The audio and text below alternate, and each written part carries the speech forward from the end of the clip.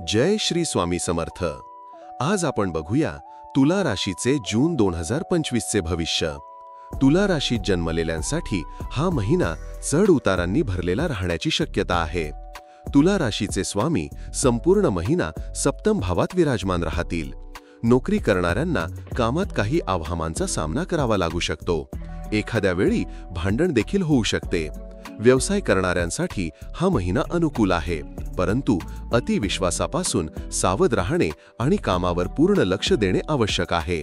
प्रेमसंबंधी बाबींमध्ये हा महिना चांगला राहील, मात्र महिन्याच्या सुरुवातीच्या आठवड्यानंतर नात्यांमध्ये तणाव येण्याची शक्यता आहे।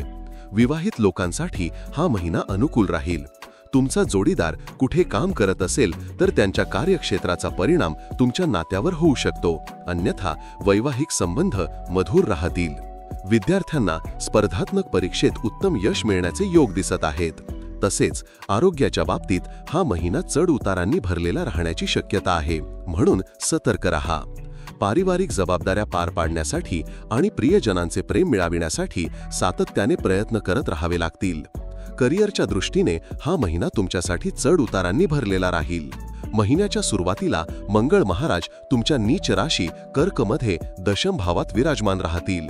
यामुळे कार्यक्षेत्रात कधी-कधी भांडण किंवा कटू वागणूक होण्याची शक्यता आहे, ज्याचा प्रभाव नोकरीवर पडू शकतो।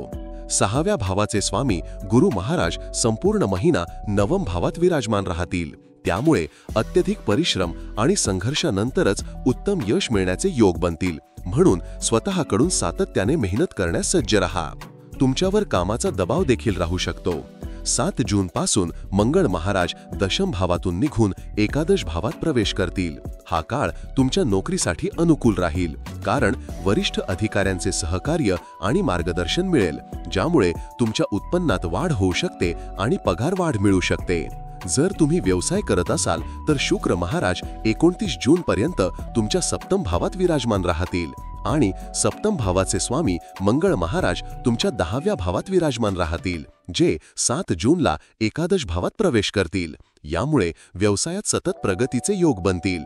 सुरुवातीला काही अडचणी येतील, परंतु दुसऱ्या आठवड्यानंतर तुमच्या व्यवसायाला उत्तम गती आणि दिशा प्राप्त होईल। व्यावसायिक करिअरमध्येही उत्तम प्रगतीचे संकेत दिसत आहेत। 7 जून पासून मंगळ महाराज तुमच्या एकादश भावात प्रवेश करतील आणि त्यानंतर तुमच्या उत्पन्नात वाढ होण्याचे बलवान योग बनतील। व्यापार करणाऱ्यांसाठी पहिल्या आठवड्यानंतर उत्तम धन लाभाचे योग दिसू लागतील, जरी त्यासाठी तुम्हाला खूप प्रयत्न करावे लागतील। पंचम भावात विराजमान राहूमुळे तुम्हाला वारंवार असा विचार येईल की तुम्ही शेअर बाजारात गुंतवणूक करावी, परंतु विचारपूर्वक आणि सावधगिरीने पुढे जा। 15 जूनला सूर्य महाराज अष्टम भावातून निघून नवम भावात प्रवेश करतील, तेव्हा महिन्याचा उत्तरार्ध शेअर बाजारात गुंतवणुकीसाठी चांगला राहील आणि त्यातून तुम्हाला यश मिळू शकते।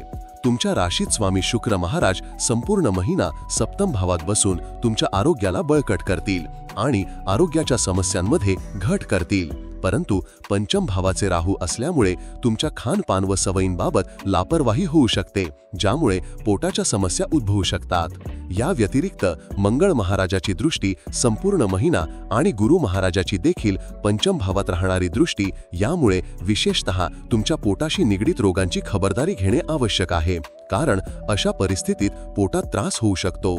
महिन्याच्या सुरुवातीला सूर्य आणि बुध अष्टम भावात असून 6व्या भावात बसलेल्या शनीची दृष्टी देखील त्यांच्यावर असेल। यामुळे शारीरिक समस्या वाढण्याची शक्यता आहे, म्हणून संपूर्ण महिन्यात आरोग्याचे विशेष ध्यान घ्या। महिन्याच्या उत्तरार्धात बुध आणि सूर्य अष्टम भावातून निघून नवम भावात गेलेले असतील, ज्यामुळे आरोग्याच्या समस्यांमध्ये सुधारणा होईल। पंचम भावाचे स्वामी शनी महाराज संपूर्ण महिना 6व्या भावात बसून द्वादश भावाकडे पाहतील, ज्यामुळे तुम्ही तुमच्या प्रिय व्यक्तीशी बोलण्यापूर्वी अनेकदा विचार कराल।